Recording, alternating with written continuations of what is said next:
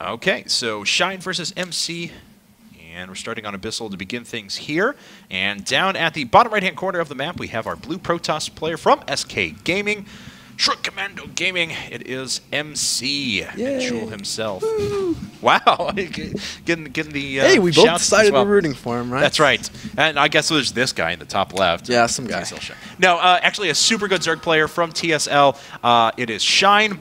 Team SCV Life, that name always makes me laugh. I mean, obviously when Pult was just dominating everything, it was, oh, okay, sure, yeah, Team SCV Life. But now, more like Team Drone Life than anything else. And Shine is still an amazing player. He sometimes gets overshadowed by the TSL Zergs, but they're all just so amazing. You know, yeah. Oh, I'm sorry, I didn't mean to interrupt you. I was just saying that, like, you know, I really enjoyed seeing the rise of Symbol. He was one of those players that was like, everyone was like, oh, yeah, I guess he's okay. But then he just started dominating. It was so fun to watch. Yeah, I think he was one of the ones who destroyed in GSTL, where you just like, bam, like, who is this guy just like all killed or something? It's amazing. Yeah, he's super good. And then, of course, I mean, you know, enough can't be said about Hyun, which I hope you guys were able to watch the mainstream at the same time because we had a little special presentation as Hyun is our 14-time reigning Fight Club champion. He actually came in all boxing gear, so. Hyun is the champ. Dun, dun, dun, dun, dun, dun, dun, dun, dun. So anyway, MC saving up a lot of probes. Probably going to go for a Nexus first here in a second. We'll check that out as things go along. Looks like that was a, I got to check the time here. Was it 15 pool? I think. Yeah, I think you were right. So 15 pool out of Shine, and we'll see how he wants to follow this up. Yeah, it's Abyssal City. It's probably going to be similar openings to when we saw Huck versus Life. I'm sure it'll be different than a Stargate 7 gate, but the openings will be very similar, I'm sure. Where it's going to be, okay, MC is going for a Forge first. And with that Forge first, you always pylon block, I believe. You should, quote unquote. Well, it's a lot harder whenever you go for a Nexus first because if you, well, he didn't actually. I'm a little surprised about that. Because if you Nexus first and you pylon block, then you're setting your Forge and your cannon behinds, and that's when people can slowly all-in you or something like that. We saw Hero actually have it happen to him. He double pylon block after a Nexus first at DreamHack Valencia against Targa, of all people, and Targa was able to come back in, slowly all-in him. But yeah, whenever you go for that Forge first, it's usually not that big of a deal just to drop down a pylon there. Yeah, I agree. Little surprise, but we'll see what Shine's approach is going to be. Of course, MC, we talk about guys who can pull out ridiculous aggression or do kind of over the top. I mean, MC has kind of always been the face of that. I mean, unless we're going to go as extreme as like bit by bit or something like that. I mean, this is the guy who's like, MC pioneers initially the 5-gate Nexus. Action Jesus, 6 pooling to victory. No, Action Jesus. I'm glad those days are gone, by the way. I'm just going to throw that out here. Me too. Me too. All right, so look at this cannon timing, right? It's very, very early. I think I like the fact that MC is playing very safe. It's kind of his way of saying, I'm an out MacRU, or my build is just good enough that I can kill you. I don't need to take any risks, like maybe going gateway first, or anything like that. Well, we'll see if that's going to happen. Shine is a pretty crafty Zerg player himself and can kind of throw curveballs at you. He's got already a couple of Overlords well positioned to sacrifice, make sure that the gas timings are pretty normal, get in there and check out anything that's happening inside of the main. MC's not really setting up for anything weird right now. I mean, the real questions are going to be, does he start researching +1 weapons before his cybernetics core finishes, things like that. Yeah, he already has 100 gas. This is the timing when you theoretically do that +1 whenever he gets the minerals up for it. And decides to spend it just his 100 minerals, I should say, on a Zealot. But he is banking a lot of gas at the moment. Yeah, there are lots of interesting things you can do with that.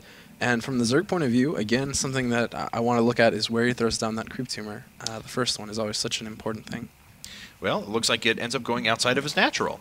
So he puts down the creep tumor before transferring down this queen, which means he is going to miss the first inject here. But that was a different approach than what we saw Life do. Life decided to send his queen down right away, and that's where his not only his first inject, but also his first creep tumor ended up popping up at. Life lost a bunch of Zerglings in that game, and in exchange, though, here Shine is losing 4 larvae by doing that creep tumor there. So it's interesting to see how both players are doing very interesting things with that opening, and how such a small thing can be such a big difference. And MC is doing kind of a crafty thing here too. Yes. He's checking around the map with this probe, but what he's doing is he put his third gas up outside of the vision of this Overlord, so now Shine doesn't know that this is up yet. And that's what I was about ready to say. He's banking a lot of gas right now, and he's hiding everything perfectly for a Dark Shrine. So the Dark Shrine's coming up. He's hidden this magnificently, and Shine's not going to be able to pick up on this for a while. He does have an Overlord off to the side, though. Oh, and he sees the pylon that's actually using to power it. It's going to be interesting, really scary too, and I really love how you brought up how that simulator wasn't taken. That's one of those things that I as a Zerg will look at and I'll think, okay, it's not DTs, because you need more gas for DTs. Like, why would you go 3 gas DT? It doesn't compute in my head. It's not something I think of automatically. So this is going to be really interesting. Like, normally I would think of something like Blink Stalker, some gateway timing, etc. Oh, Shine, just to the right, just off to the right, and you will be fine. He does have 2 evolution chambers up, so he'll be able to drop down spores. Does he have a lair? No lair tech in sight, so boy. no overseers. Oh boy, he's even getting +1 carapace before a lair.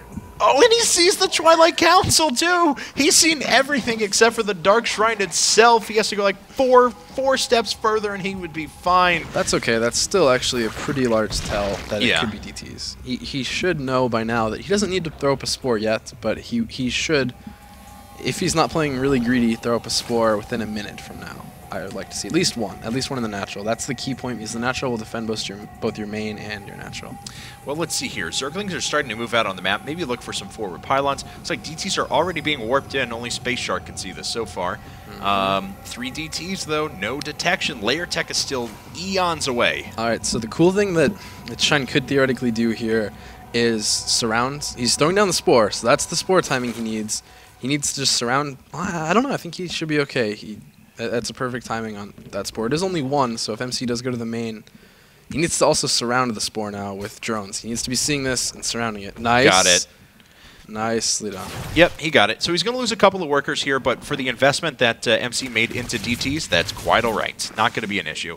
So the DTs are repelled, and now Shine will take the opportunity to morph into a couple of Overseers once this hatchery finishes up. Looks like this DT did sneak in and grab a couple more kills, but the Spore Crawler's about to finish here too. And again, even a couple of workers lost here is not a big deal for, if you think about it, Twilight Council, then you have 100 minerals, 250 gas for DTs, then you have 125 for each of the Dark Templar. That's a very large investment. Yeah, I mean, those are going to get made into Archons at some point, but it's still not anywhere near as good as it should have / could have been for MC. Shine just did the perfect timing with that Spore. I'm really glad that he did get to see that Citadel, because it made it more of a game for us now we get to see. Okay, so we'll see what MC does from here on out. Looks like he's planning to take a 3rd base, and does. He's got decent tech to sit on. He had Robo through all of this, and he's making Immortals. He's got his, obviously, Dark Templar if he needs to emergency morph into at least a couple of Archons. But Shine's been pretty unopposed up to this point. He's got a lot of units out on the map already. He's going up to 5 and 6 gas. He's already got Layer Tech established. I was about to say, where's his Infestation Pip? It looks like it was just dropped down. Well, there's a timing that Shine can do here with purely Zergling Roach, especially when he makes that many Roaches we see right here. I'm actually almost surprised that he's taking this extra gas at his main, and he's throwing down the Infestation Pit. I think instead of that, he's almost like extended himself to the timing. The amount of Roaches he has there is almost like saying, I need to do a timing. Because he's making a whole bunch of gas that could have been saved up for the Infestation Pit, which is what he seems to be going, right? Like, look at how many Roaches that is. That's 24 Roaches. That's a lot of infestors, and this is just a big mistake. Yep, and he just threw away most of those roaches, already getting those cut in half very, very quickly. So Shine tries to run into the 3rd with a few units as well, but it's not really going to do all that much damage. Some damage, or I should say some shield damage done to the Nexus, but it'll regen that very quickly.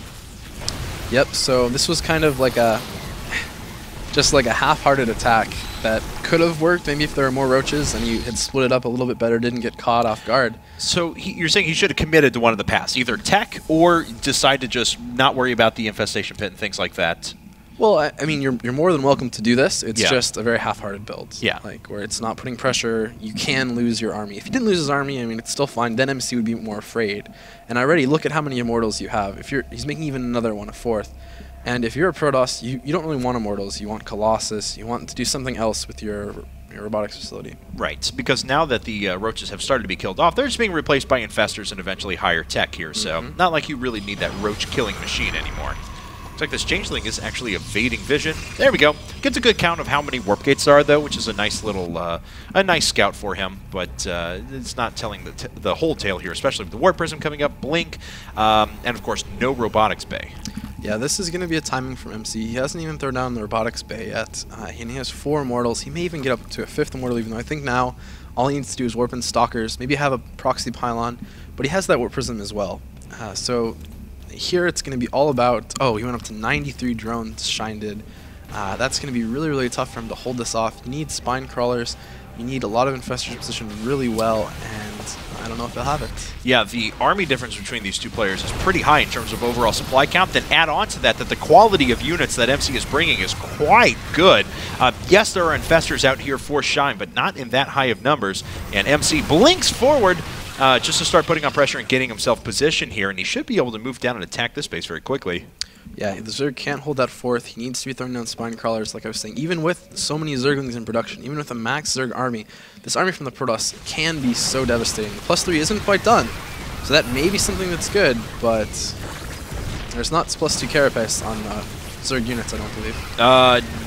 Okay, he does have, yeah, he does have +2 carapace at the very least. So looks like this warp person being used as a forward pylon for the moment, and so far MC has just been able to run through the first line of units. Most of the energy is gone from the infestors. There's not a fungal growth around, so MC is just able to kind of push his way through. Now he's putting pressure on this 3rd. The 4th is actually under attack, I believe, by DTs. Yeah, this DT has completely neutralized that base altogether, and MC is in such a magnificent position.